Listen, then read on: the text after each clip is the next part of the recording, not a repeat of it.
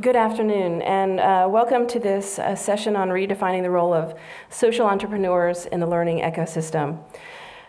Social entrepreneurs, NGOs, and others have always been involved in education service delivery. However, with the focus on education for all, the proliferation of education provision by non-state providers has grown exponentially. A UNESCO report from 2008 looked at a 13-year period and found that the growth in the primary enrollments grew by 58%, but state provision only grew by 10%. With this growth, the boundaries between the state and non-state roles with financing, ownership, management, and regulation of education provision has been blurred. The distinction between for-profit versus nonprofit, private versus public status in education has also been blurred, with some for-profit schools being motivated to provide for the needs of the poor, while some NGOs have been established for the purpose of attracting donor dollars. A significant number of operators also cross the public-private divide by receiving substantial inputs from governments, community members, and donors.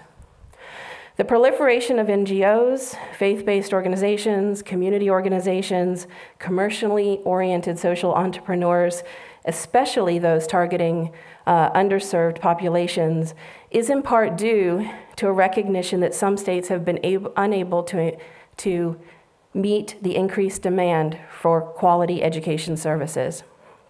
And in some places, the growth of the entrepreneurial provision of education has resulted in state provision being seen as the last resort. The purpose of our discussion here this afternoon in this session is to explore the issues surrounding the provision of education services by social entrepreneurs and NGOs. We're especially interested in thinking about and talking about the ways that non-state providers and the state might work together to create an efficient learning ecosystem. We'll be exploring this topic through a set of questions that I'll pose to our panelists, and then afterwards we'll also take questions and answers from the audience. So we have a very distinguished set of panelists this morning. Directly to my left is Mr. Mohamed Abed Andalusi, who is a former banker in Morocco, and in 1999 he launched an NGO, Al Jazeera, meaning the bridge. And the purpose of this NGO was to mobilize businesses to adopt schools in order to upgrade the quality of those schools and their provision. He is an Ashaka Fellow, a Synergis Senior Fellow, and a member of the Moroccan High Council for Education. In 2011, he won a Clinton Global Citizen Award, and he is one of this year's WISE Award winners. Immediately to his left is Gloria D'Souza. She is director and founder of the Parisa Asha Environment Education Center in India, in Mumbai. Parisa Asha's approach translates the government-mandated curriculum into an experiential learning system that focuses on skill development for applied learning, sensitive growth in attitudes and values that make the learner a conscious conserver of our global environment. She's currently collaborating with a corporate NGO, Nandi, to provide quality English medium provision in 28 municipal corporation schools. She is also on the board of directors of the Ashaka Foundation, and her work has been characterized in awards as a significant service to the nation and exceptional work relevant to education in India. And our final panelist is Professor Carlos Torres. He is professor of social sciences and comparative education. He is also the division head of social sciences and comparative education and director of the Paulo Freire Institute at the University of California, Los Angeles. He was also the founding director of the Paulo Freire Institute in Sao Paulo, Brazil, Buenos Aires, and at UCLA. He is a past president of the Comparative International Education Society, and he is an author or co-author of 65 books and 250 research articles. Please help me welcome our panelists.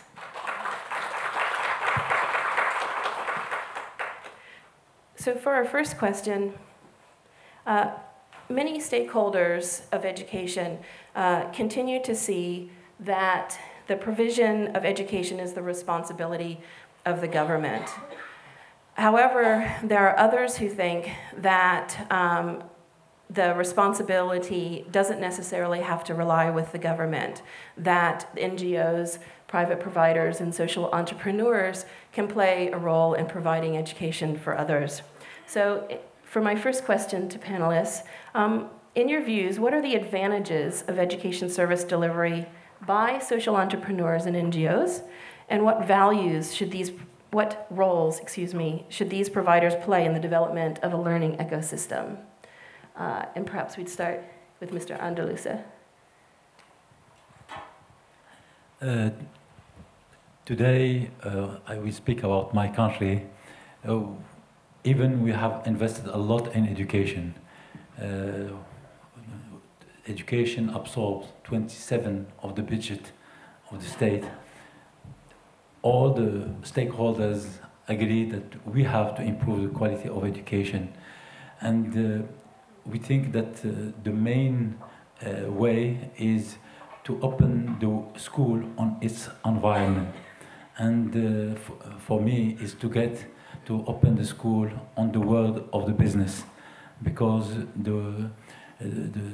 until today, the world of business overlook the world of education, and the world of education ignore the world of businesses.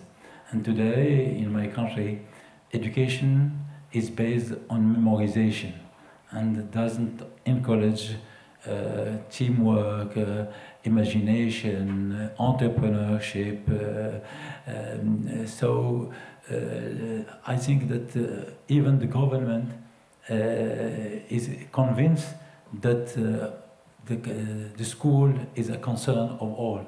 And all of us, we have to get involved to improve the quality of education. Thank you. And Ms. D'Souza?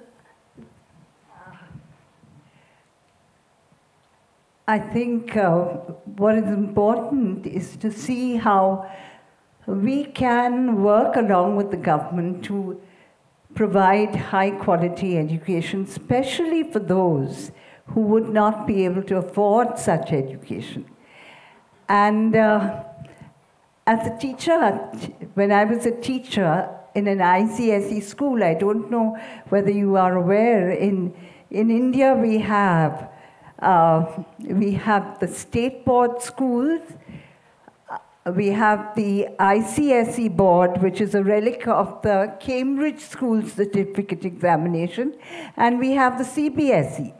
Now, the ICSE and the CBSE are the ones that are are expected to provide better quality education. But the SSE board is the one that is planned by the government. Now, generally, people feel that the quality of that education will not be so good. But when I was teaching at St. Mary's, I had the opportunity to be exposed to an environmental approach to learning, thanks to the British Council and the ICSE board. And I really felt that this environmental approach was the answer to providing meaningful education, because you had to take the curriculum, but see that it went along with the environment of the learner. And I thought that it's important as a social entrepreneur to take this to our state schools. So I offered this change-making idea to the Ashoka Foundation.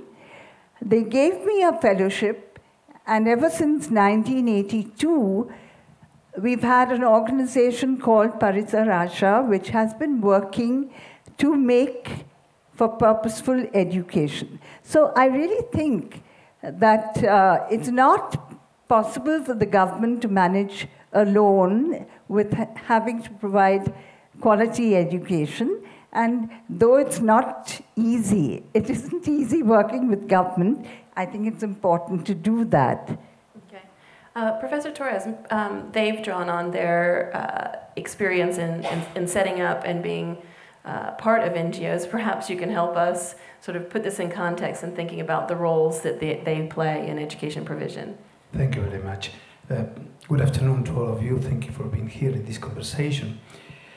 I would like to focus on your question, the first part, in terms of the advantages, but I would like to also focus on some of the disadvantages.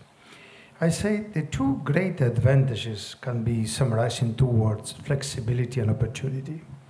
Flexibility, because social entrepreneurs can start institutions anywhere quickly, change their operation according to market demands and the prevailing legal rules. Let me give you an example. Yu Ming Hong is the CEO of New Oriental Education and Technology Group in Beijing. He created this group in 1993. He actually is a teacher. His father was a carpenter. So he doesn't come from a family of intellectuals. But he found this opportunity to teach English in the emerging markets of China. And now he has 25 schools with 111 learning centers. And he's considered the richest teacher in China with a total assets of $250 million. So it looks like a successful experience. But where are the problems? Well, one of the problems is for the few social entrepreneurs that succeed economically, many fail. And when they fail, with them goes also the hopes and the wishes and also a lot of time and energy and money of many students. Now, there is one more element that I'd like to emphasize. We have been talking about a notion of the diploma disease, that is a proliferation of diplomas who have absolutely no worth, no value, and then by doing so, limits the value of the quality diploma. So the diploma disease has been part of an intellectual conversation for the last 3 decades. Opportunity. I think the great element of opportunity is that they address, these entrepreneurs address needs which are open or they could be hidden in markets. Let me give you examples from a situation in the US, the for-profit model. Let me offer you a very simple explanation why they exist. I come from a distinguished public university, and we have about 6,000 positions for freshmen. Every year, we can grant 6,000 positions. We get between 80 to 90,000 applications. So we reject a great deal of the people that want to study with us. So the for-profit said, okay, because the quality institution do this, there is such a market out there, we have to do our own contribution. But we are now facing a lot of critiques with the for-profit. Let me offer you 4 different critiques. The first one, recently, a company called Education Management Corporation has been sued by the Department of Justice. EMC is the second largest such company in the US. They have more than 100 campuses, all of them working around distance education. They offer degrees in business, accounting, nursing.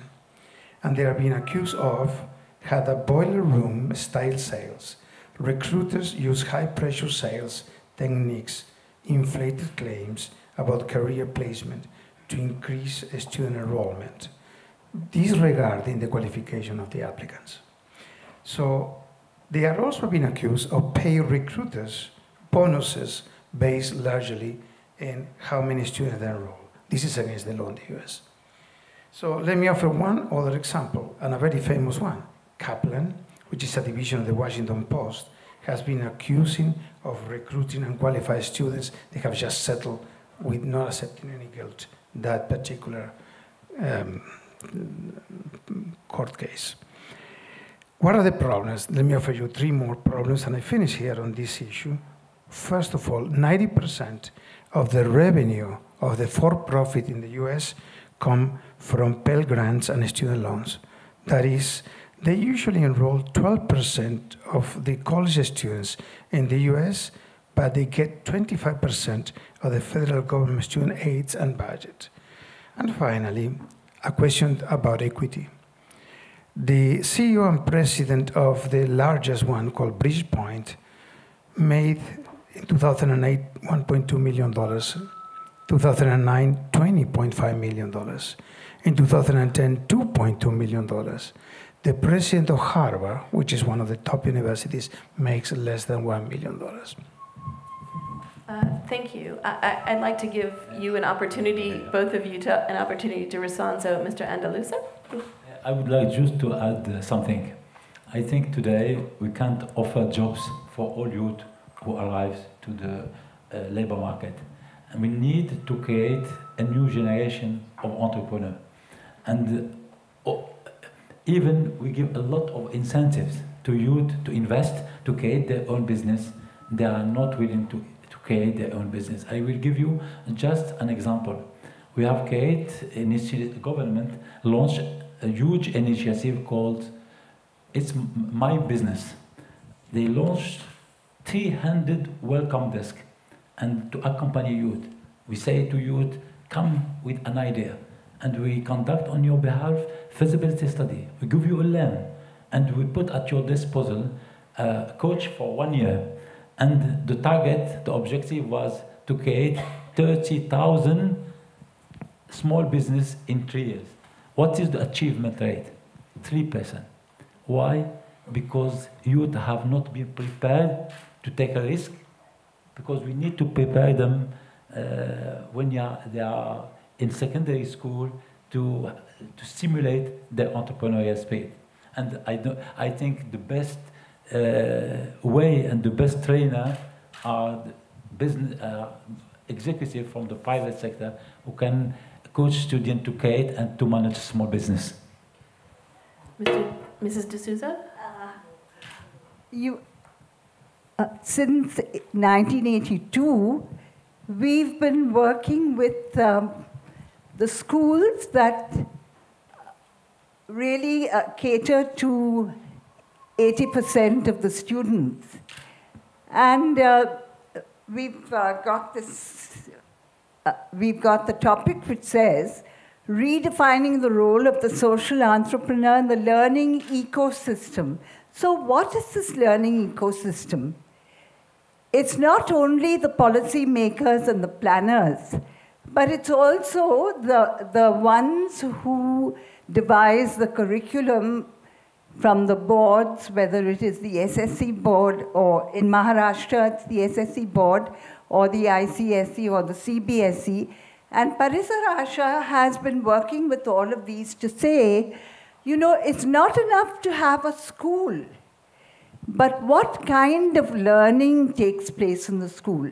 What is happening to the quality of the teachers? In that learning ecosystem, you have principals of schools, you have teachers of schools, you have the community, the parents of the students. And the social entrepreneur should be working with all of these groups to see that the quality of learning that the first generation learner gets and the simplest people get is high, where we are building in a range of concepts which they can apply, but most of all, learning skills and attitudes and values.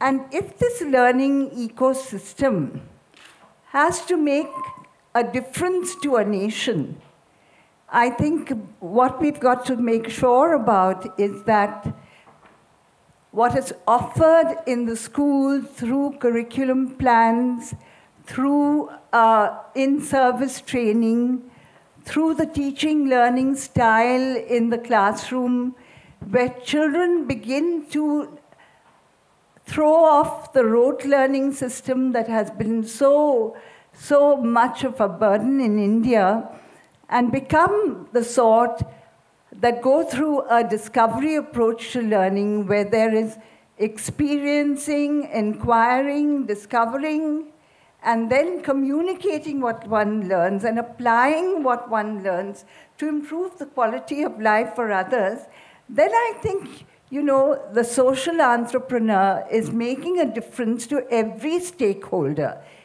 in that learning ecosystem. In the learning ecosystem, we have the government, the boards of education, the schools with the management of the schools and the principal and the teachers, the teaching quality, and then the quality of what parents and the community, very, very important, bring to their expectations of what good education must do for their children.